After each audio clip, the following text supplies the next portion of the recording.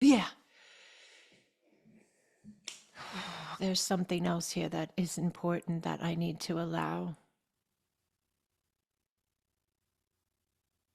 Yes, there's a judgment that is being healed in humanity, and it's being healed in the man and the woman, the masculine and the feminine, and it's being healed in all those who are in this course. It's being healed within me. It's a judgment space, and everybody has a different increment of it. So some people carry more judgment on their own self and then on the world around them, their family members or whatever it is, society, whatever it is. And some people carry less, but there's a shedding of, a release of this vibration of judgment. Judgment is very heavy energy. It's slower energy. It moves in a very slow way. And when judgment is present, it can slow everything down, even the way in which we navigate resistance to movement. So if you are in a space where you are experiencing resistance, look around with an open mind and with a loving heart and with a pure intent. Look around and see if you can't find the judgment. Because if everybody has some, always, that's okay. It's not that it's wrong or bad. It's a catalyst to heal. It's a catalyst to move, right? Just like we talked about with resistance brings movement if we allow. But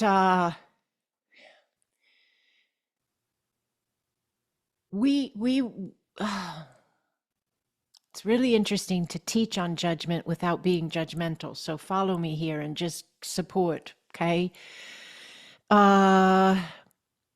There's been a lot of guidance given to the collective psyche and cultural connection of humanity to judge the self, to judge another, to judge. And I'm trying really hard to say this without coming off as if I'm judging it. So there's always some degree somewhere, I get it.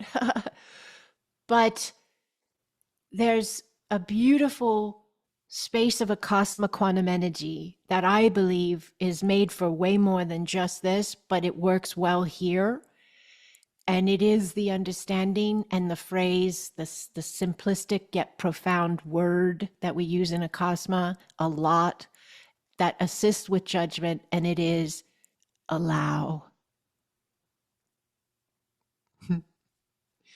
So when something's going on and it's provoking a self-judgment, why did I do that? Why did I say that? Why do I go here? Why do I blah, blah, blah? Try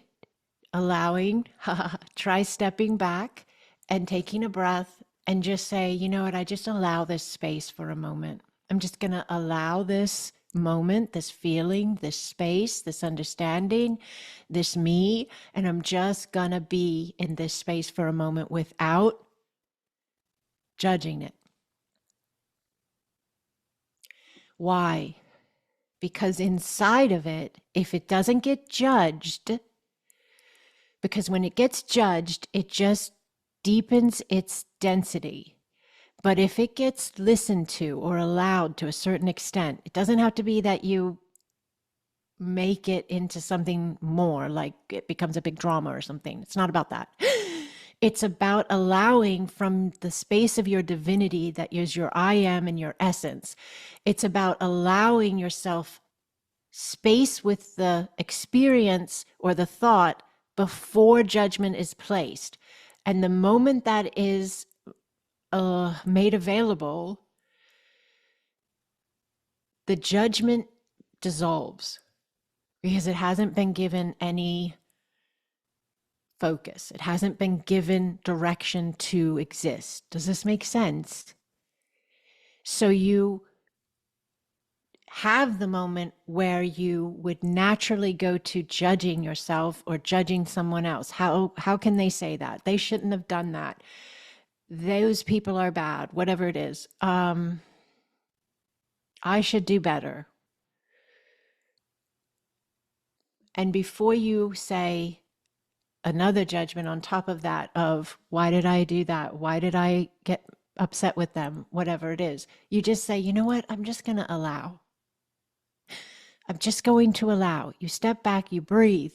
And when you're doing that, a very empowering thing to do is to see with your inner knowing, imagine, trust what I'm going to tell you right now. I just learned from my daughter that some people don't have the ability to imagine. She just taught me this. I don't know it very well. So if you know it, you know what I'm talking about. And if you don't, well, just listen to me and come with me on this ride. But some people, they have a hard time imagining things. They can't picture things with their mind. So what I'm going to do is I'm going to paint the picture right now. I'm going to paint it. You just got to listen. Okay. So I don't know how much that can help, but I believe it can. And if we allow the space, I think we can move some energy. And if you're able to imagine, then you're fine. You use your imagination. But when you have a space where judgment wants to come in, resistance shows up, and you're looking for the movement, you're ready to move, you're ready to shift the whole thing, you take a breath, you say, I allow, you stop the judgment by saying, I allow. And then you envision what I'm going to share here. It's a space where you see yourself, the you see in the mirror, and you see yourself stepping back away from this massive wave of light energy. Just a band of light. You could see it as a big ribbon of light. We like talking about ribbons of light lately. So you're stepping back and you're looking at this ribbon of light or this band of light. That's the field. You're a part of the field. But in this exercise, you're learning how to remember that you're a space of the field and you are also this individualized field itself. You're stepping back, which gives you the visual that I'm painting here. But in essence, as you be you, the field is flowing and you're within it. And at the same time, you're your own field. Does this make sense so far? So when you have these moments and I'm not Debbie Downering it. And if somebody's named Debbie, I always apologize, but it's just saying we use, right? Debbie Downer, I think, or something. But if you have a moment like that, and you will most likely, you've already had them, you're probably going to have more. It's the part of the process that helps propel us forward. Nothing's wrong. It's not broken. You didn't mess up. You're not screwing it up because you're having an off day or you're seeing spaces you don't like. That's you giving you the opportunity to move. But if you have this visual where you allow and you step back, that's what allow means. It steps back. It visualizes this whole field doing its thing, ebbing and flowing, And it visualizes itself as its own individualized space of flow. And in that moment, the distance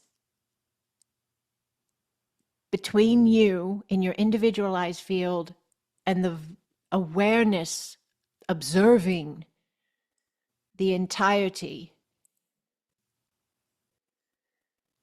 is this massive space of peace and balance, where all of it can keep moving and flowing and changing and ebbing. And it will all do its thing. But you at any given moment, at any given breath, can step out. And you can breathe and you can allow.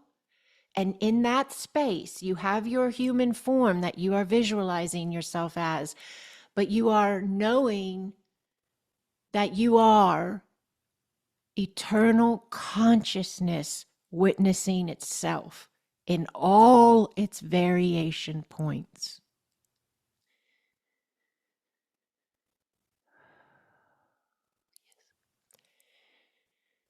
When you do that, and you allow yourself to continue to do it, pull that out of your pocket, tap into this ability of visualizing yourself as an individual field that's in a space of the entire field, but able to hold observation of itself. When you do that, the more you do that, the more you activate the expansiveness of you. The other space of us would be the space that gets below it, whatever the it is. It gets below the argument, and the argument feels bigger than it. And that's because we've pulled ourselves out, just like in the other exercise. But what did we stare at? We didn't stare at the field coming from awareness of eternal consciousness. We stared at the argument. We stared at the issue. We pondered, replayed, regurgitated every single thing that went wrong. So everything that was out of balance got bigger than us. Because why? Because we gave it our focus. What you focus on, all together now, expands. So when you step back and you focus on the field, and you focus on who you are, that is witnessing the field and yourself as eternal, as I am consciousness, that expands. So as you navigate AQE, and I almost feel like everything you've done in these, and some have just come into the space, and so they've had like a week or so with it, but they're actually, it's interesting and fascinating. I've had many tell me it moves so fast. The energy moves so fast. I have people say all the time, I've done this type of work for years, but I come into this space and I feel like it just kicks into another level and it moves so fast. I feel like everything you've done over January and February, class-wise, is like, I just came to seeing this visual of like the AQE foundation being stretched out over February and January. And that's interesting to say them in the opposite order of how we usually say them. But then released, and then it goes, just the visual I get. You do with it what you will. But when you are navigating AQE and you are having spaces where you're asking you, what field are you going to play in? You have the opportunity to remember your sovereignty and your mastery, and remember that you can either stare at and get in connection with and amplify the message that you're trying to bring yourself, the fight, the argument, the thought that's no fun to have, whatever it is that's going on. And you can amplify that alignment, which will say to universe, I'm staying in my old field and I'm repeating my old cycles. Or you can choose with self-mastery to redirect your focus as the space is happening, resistance is showing up. Oh yes, movement is nearby. Thank you, resistance. Let's do this.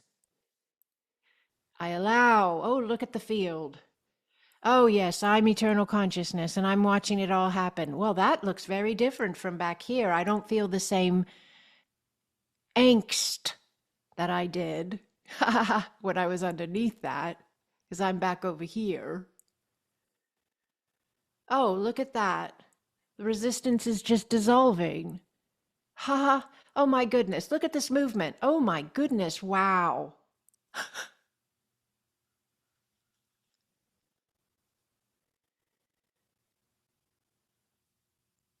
So you're going to be giving yourselves the opportunity to implement that, to make the decision to choose where you focus your energy, feed your energy, what seeds you plant in the field of your life, and what garden you grow. Whatever your harvest is, you planted.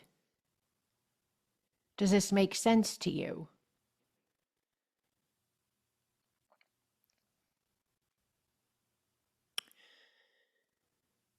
Now, there are spaces of resistance, I get it, that can feel like you can't see straight.